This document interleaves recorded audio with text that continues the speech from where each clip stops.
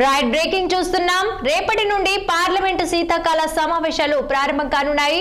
ఇక winter sessions December 19 వరకు జరగనున్నాయి. ఈ శీతాకాల సమావేశాల్లో కేంద్ర కీలక బిల్లులను ఆమోదించనుంది. ప్రధానంగా పౌర అణు ఇంధన రంగంలో ప్రైవేటు రంగానికి ఆహ్వానం పలికేందుకు ఉద్దేశించిన ది అటామిక్ ఎనర్జీ బిల్లు 2025తో సహా 10 కీలక బిల్లులు సభ ముందుకు రానున్నాయి.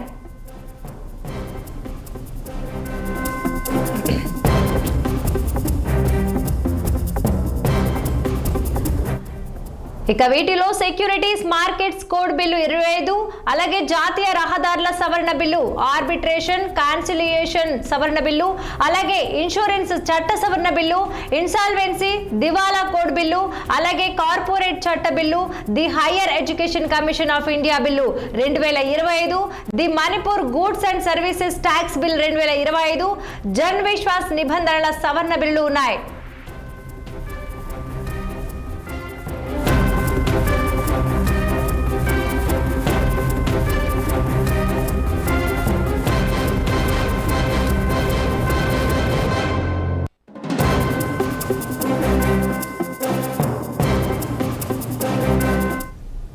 ఇక సమావేశాల సందర్భంగా నిర్వహించే అఖిల పక్ష సమావేశం మరి కాసేపట్లో కేంద్ర రక్షణ శాఖ మంత్రి రాజ్నాథ్ సింగ్ అధ్యక్షతన ప్రారంభం కానుంది.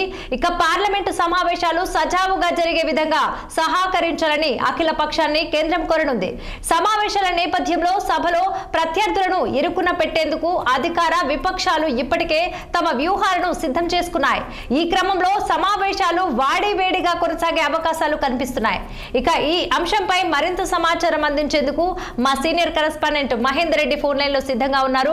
మహేందర్, చెప్పండి, శీతాకాల సమావేశాల సందర్భంగా ఎలాంటి అంశాలు ముఖ్యంగా చర్చలోకి రాబోతున్నాయి? పార్లమెంట్ శీతాకాల సమావేశాలు రేపటి నుంచి ప్రారంభం కాబోతున్నాయి.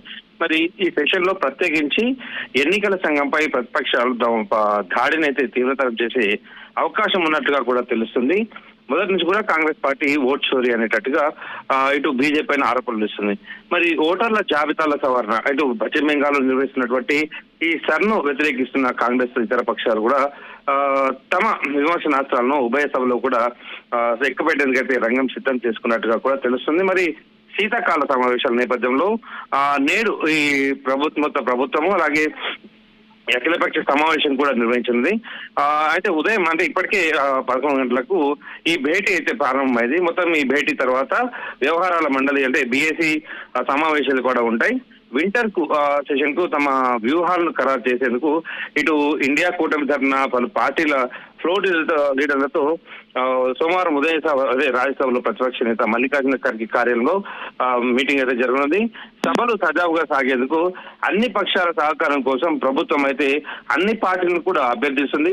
ముఖ్యంగా ఈ మధ్య కాలంలో జరిగినటువంటి బీహార్ ఎన్నికల తర్వాత మొదటిసారిగా పార్లమెంట్ సమావేశాలు అయితే జరుగుతున్నాయి రాధిక. మరి దీంట్లో బీజేపీ ఎన్డీఏకు అంటే ఇది ప్రాధాన్యత సమావేశాలు అన్నట్టుగా తెలుస్తుంది. మరి డిసెంబర్ 19వ తేదీ వరకు కూడా సమావేశాలు జరుగుతున్నట్టుగా కూడా ప్రభుత్వం చెప్తుంది. మరి ఈ సర్ ప్రక్రియ దిశలో పలువురు బూత్ స్థాయి అధికారుల మరణాలు, ఓట్ల చోరీ అంశాలు ప్రధానంగా ప్రస్తావించేందుకే కాంగ్రెస్ సిద్ధమైనట్టుగా కూడా తెలుస్తుంది.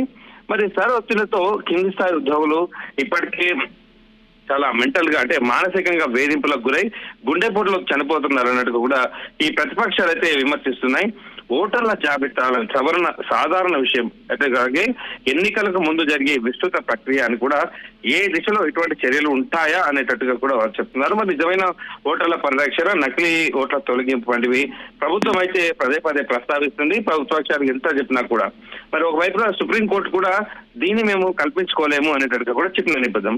మరి ఈసారి ఈ సెషన్ లో 10 కీలక బిల్లులను కూడా తీసుకురావడానికి ప్రభుత్వం సంకల్పించినట్టుగా తెలుస్తుంది. దీంట్లో అణు ఇంధన రంగంలో మార్పులు, ఉన్నత విద్య, కార్పొరేట్ల సెక్యూరిటీస్ అలాగే మార్కెట్ బిల్లు వంటి సభలు కూడా ప్రవేశపెట్టినట్టు తెలుస్తుంది. మొత్తంగా సభలు సజావుగా జరిగేందుకు అన్ని పక్షాలను కూడా ప్రభుత్వం వేడుకుంటుంది. చూసుకున్నట్లయితే ఇప్పుడు శీతాకాల సమావేశాల సందర్భంగా ఏదైతే బిల్లులు సవరించాలని అనుకుంటున్నారో దానికి సంబంధించి సామాన్యునిపై ఏమైనా లబ్ధి చేకూరే అవకాశాలు ఏమైనా ఉన్నాయంటారా? అంటే దీంట్లో ముఖ్యంగా ఎడ్యుకేషన్ సంబంధించినటువంటి ప్రధాన గదిలో జోడించారు కాబట్టి ఈ ఎడ్యుకేషన్ సంబంధించినటువంటి వాటిని ఎక్కువ ప్రయారిటీ కనిపిస్తుంది. అలాగే ఈ దీంట్లో ఇందాక మనం చెప్పుకున్నట్టుగా లాస్ట్ ఏదైతే సెక్యూరిటీ మార్కెట్ వంటివి కూడా మార్కెట్ లో ఉంటాయి అన్నట్టు. ఉన్నత విద్య దీంట్లో ఎక్కువ కనిపిస్తుంది. ఈ కార్పొరేట్ లా గురించి కూడా ఎక్కువ అంశాలు కూడా వచ్చే అవకాశం కనిపిస్తుంది. మొత్తంగా దీంట్లో సామాన్యులకు ఉపయోగపడేటివి చాలా వరకు అనుకోవచ్చు.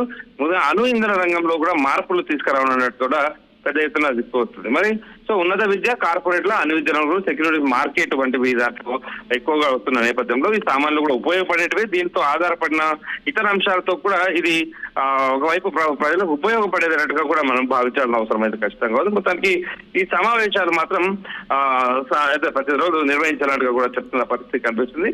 సో మొత్తానికి అన్ని పార్టీలో సమన్వయంతో ముందుకెళ్దాం.